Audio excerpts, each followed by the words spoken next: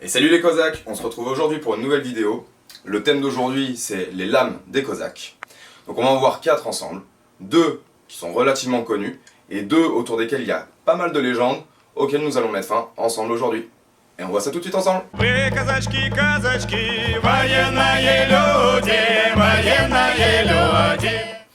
Alors quitte à parler des lames des Cosaques, autant commencer par la plus célèbre d'entre elles, la Shashka. Les Cosaques étaient de fins cavaliers. La Shashka est donc un sabre avant tout de cavalerie, mais elle était aussi utilisée par l'infanterie. Alors qu'est-ce qui différencie la Shashka de la plupart des autres sabres? Eh ben c'est simple, il n'y a pas de garde. Et ça c'est ce qui va faire la grande différence entre les Shashka et les autres sabres, orientaux ou occidentaux, bref, la plupart des sabres que l'on connaît. Pourquoi pas de garde? Eh ben déjà pour un premier point, tout simplement parce que ça va permettre au Cosaque de pouvoir prendre sa lame de la main gauche ou de la main droite. Et ça c'est assez intéressant parce que si jamais il est droitier et qu'il se blesse, il peut l'utiliser de sa main gauche. Si jamais il est gaucher et qu'il se blesse de la main droite, bah dans ce cas-là il va changer et prendre de la main droite, tout simplement. Et ça c'est ce qui va intéresser les Cosaques, parce que à cheval, on doit pouvoir frapper à droite comme à gauche.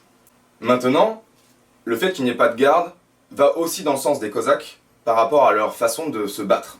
C'est-à-dire que les Cosaques, ils avaient plutôt tendance à faire des avancées rapides et poignantes pour pouvoir se débarrasser le plus rapidement possible de leurs adversaires. On est loin de tout ce qu'on peut voir dans les films d'arts martiaux où les combats vont durer pas loin d'une demi-heure. Non, là on est sur un combat qui va durer 3 secondes et il y a déjà un mort. D'accord ? Et ensuite on passe au suivant. La guerre c'était un peu ça. Et l'avantage de ne pas avoir de garde, c'est qu'on va pas chercher à bloquer, mais plutôt à faire des feintes et rentrer dedans pour pouvoir changer d'adversaire le plus rapidement possible. Alors concernant l'affûtage de la Shashka, traditionnellement, la lame est affûtée soit jusqu'à la moitié, soit aux 3/4. Pas plus. Tout simplement parce que cette partie-là ne nous sert pas au combat pour couper. À la limite, elle va nous servir pour la défense. Ce qui veut dire que si on fait lame contre lame à ce niveau-là, si jamais c'était affûté, on perdrait le fil d'affûtage. Donc c'est pas intéressant. Et bien évidemment aussi, pour la raison qu'on citait avant, parce qu'il n'y a pas de garde. Si jamais à cheval on est amené à glisser sur la lame, le possesseur de la lame doit pouvoir mettre ses mains sur la lame sans devoir se couper, évidemment. Et là du coup on en vient à une autre partie qui va nous intéresser par rapport au Shashka, c'est qu'il y a 2 variantes différentes. Et donc voici la première. La Shashka du Don. Donc bien évidemment comme son nom l'indique, cette Shashka vient du Don, de la région du Don, donc des Cosaques du Don.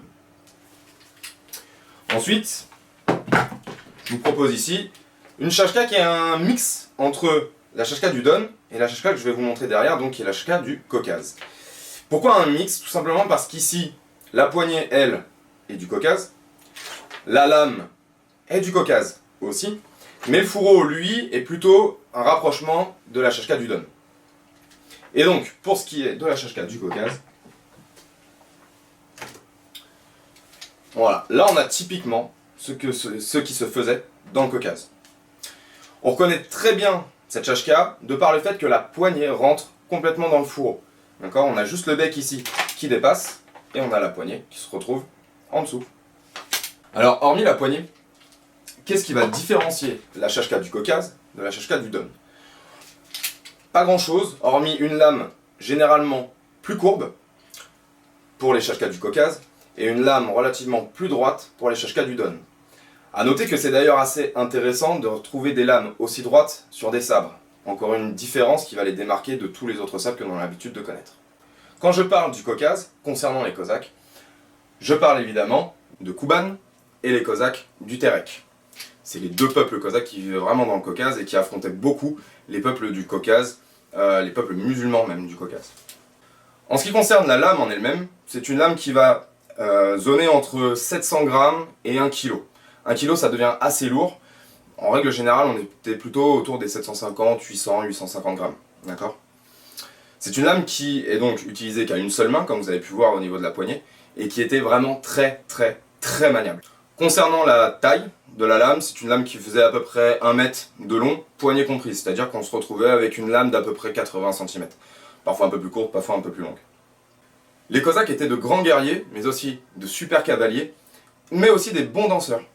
Et en fait, toutes ces pratiques-là ont fait que la pratique de ce qu'on appelle la flankirovka, est né. Maintenant attention, la flankirovka, c'est pas quelque chose de traditionnellement cosaque. Alors, je pense que effectivement les Cosaques dansaient avec leurs sabres, un petit peu, mais pas comme on le fait nous aujourd'hui, avec beaucoup d'éléments, des lancers, plein de choses comme ça. Parce qu'il faut bien se remettre dans la tête que les Cosaques, quand ils dansaient, c'était principalement quand ils étaient à la guerre, ou quand ils se préparaient à la guerre, pour pouvoir continuer à s'entraîner sans se blesser. Et eux, à l'époque, ils n'avaient pas comme nous des chashkas non affûtés. Quand ils partaient avec leurs chashkas, ils partaient avec des chashkas affûtés. Et je les vois mal, moi, sur le chemin pour aller à la guerre, prendre des risques en lançant des sabres, et prendre des risques de s'empaler un bras, ou de se couper, et donc de se blesser, et ne plus être apte au combat. Ça me paraît complètement illusoire. Alors justement, concernant la pratique de la flankirovka, il y a pas mal de gens à l'heure actuelle qui pensent que c'est lié au combat. Mais pas du tout, ça il faut complètement l'oublier et passer à autre chose. Le combat à la chashka des Cosaques, c'est quelque chose de très rapide et de très bref. En fin de compte, dans l'escrime cosaque, ça va être beaucoup de feintes. On va faire genre, on arrive pour attaquer ici, puis en fin de compte, on va se retourner ici pour attaquer en dessous, ou attaquer ici, et puis changer de direction, etc. etc. Le but, c'est vraiment de faire des feintes au maximum pour pouvoir avancer et leurrer l'ennemi et s'en débarrasser le plus rapidement possible. Et donc de tout simplement continuer sa progression sur le champ de bataille. Et donc à cheval, c'était le même principe. Ils arrivaient de loin, comme ça, avec le bras en l'air. L'adversaire pensait donc que l'attaque allait arriver comme ceci, et au dernier moment, il se laissait tomber sur le cheval pour trancher horizontalement. On parlera aussi plus tard de la jigitovka, donc qui est la pratique de la voltige à cheval, d'où sont nées ces différentes techniques. Voilà, on en a terminé avec la chashka, mais restez avec nous parce que du coup, on va voir les trois autres lames qui nous intéressent. Et donc, la deuxième, tout aussi célèbre que la chashka, un petit peu moins quand même, le kinjal. Donc le kinjal, c'est en fin de compte un poignard ou une dague à double tranchant, d'accord, très léger, hyper maniable, et on peut comprendre assez facilement pourquoi il était autant apprécié des Cosaques. Alors ce qui est intéressant avec le kinjal, c'est aussi la façon dont il se porte. En fin de compte, on vient le fixer ici, au niveau de la ceinture, et il vient pendre entre les jambes, un peu comme ça, donc c'est un peu particulier, mais je trouve que ça a quand même pas mal de style. Alors concernant les caractéristiques de notre lame, c'est une lame d'à peu près 35 à 40 cm de long, pour un poids à peu près de 300 à 400 grammes en fonction de l'acier. On a pu voir des kinjals beaucoup plus grands, jusqu'à 60 cm, mais c'était beaucoup plus rare, parce que tout simplement beaucoup moins maniable. Alors le kinjal, c'est avant tout l'arme du dernier recours, d'accord ? L'ennemi vient de casser la distance, on ne peut plus se servir de notre fusil, on ne peut plus se servir de notre chashka, et bien dans ce cas-là, on va pouvoir sortir notre kinjal assez rapidement, comme vous pouvez le constater ici. Il est positionné comme il devrait. Je peux le sortir très rapidement pour m'en défaire, planter mon adversaire et pour pouvoir s'en sortir, tout simplement. On a vu donc les deux plus célèbres armes des Cosaques. Maintenant, il faut bien garder en tête que le kinjal, lui, n'était employé que dans le Caucase, que par les Cosaques du Terek et de Kuban. Les autres Cosaques, les autres peuples Cosaques que l'on aura l'occasion de voir dans d'autres vidéos, eux ne l'utilisaient pas. Ils utilisaient la chashka, mais pas le kinjal. Bien, maintenant attaquons les deux dernières lames. Deux lames que beaucoup pensent être d'origine cosaque, mais qui en fait ne le sont pas. Et le premier des deux, c'est le bébout. Le bébout, c'est avant tout une lame courbe, affûtée des deux côtés. Alors, sur le mien, elle n'est affûtée que d'un seul, mais traditionnellement ça se faisait des deux côtés. À mi-chemin, en fin de compte, entre une chashka et un kinjal. Donc, une lame plus longue que celle du kinjal, mais plus courte que celle de la chashka. Une poignée qui ressemble grandement à celle du kinjal. Une longueur de lame plus longue que celle du kinjal, et un poids qui va forcément être un petit peu au-dessus aussi. Alors le bébout, malgré le fait qu'il soit vraiment un mix entre la chashka et le kinjal, il a en fait simplement été fabriqué par des Russes, et non pas par des Cosaques, comme beaucoup pourraient le penser, dû à ses origines et à son look. Les Russes l'ont fabriqué pour faire un rappel historique des traditions du Caucase, et surtout des traditions cosaques. Et c'est pour ça qu'il y en a beaucoup qui pensent que c'est cosaque. Et donc l'idée de base, c'était avant tout de le vendre comme une arme, mais aussi comme un outil pour les paysans. Le souci, c'est qu'en fait, ce qui s'est passé, les paysans trouvaient que ça ressemblait beaucoup trop à une arme, donc c'était pas forcément très intéressant pour eux à utiliser comme outil. Et comme à l'époque, il n'y avait plus de cosaques, en fait, il est un peu tombé dans l'oubli. Il est un peu de retour de nos jours avec le retour des traditions, mais sous de mauvais prétextes, et donc c'est bien dommage. Cependant, ça reste une dague qui est franchement très classe, hyper maniable, vraiment très plaisante à utiliser et qui, je pense pour ma part, aurait vraiment beaucoup plu aux Cosaques. Attaquons maintenant la dernière des lames, celle qui me fait le plus grincer des dents de par ses soi-disant origines légendaires. Vous allez vite comprendre pourquoi. Cette lame, c'est ce que l'on appelle aujourd'hui le couteau Plastun. C'est ceci. Donc c'est un couteau relativement sympa, hein, d'accord, il est relativement joli. Il vient se porter ici à la cuisse, d'accord. Je sais pas si vous voyez bien, voilà. Et donc c'est un couteau qui, selon la légende, aurait été utilisé par les Plastun. Alors, pour remettre un petit peu d'histoire là-dedans, les Plastun, c'était avant tout l'unité spéciale des Cosaques, qui était spécialisée dans le traquage, le pistage, la chasse, le renseignement. D'accord ?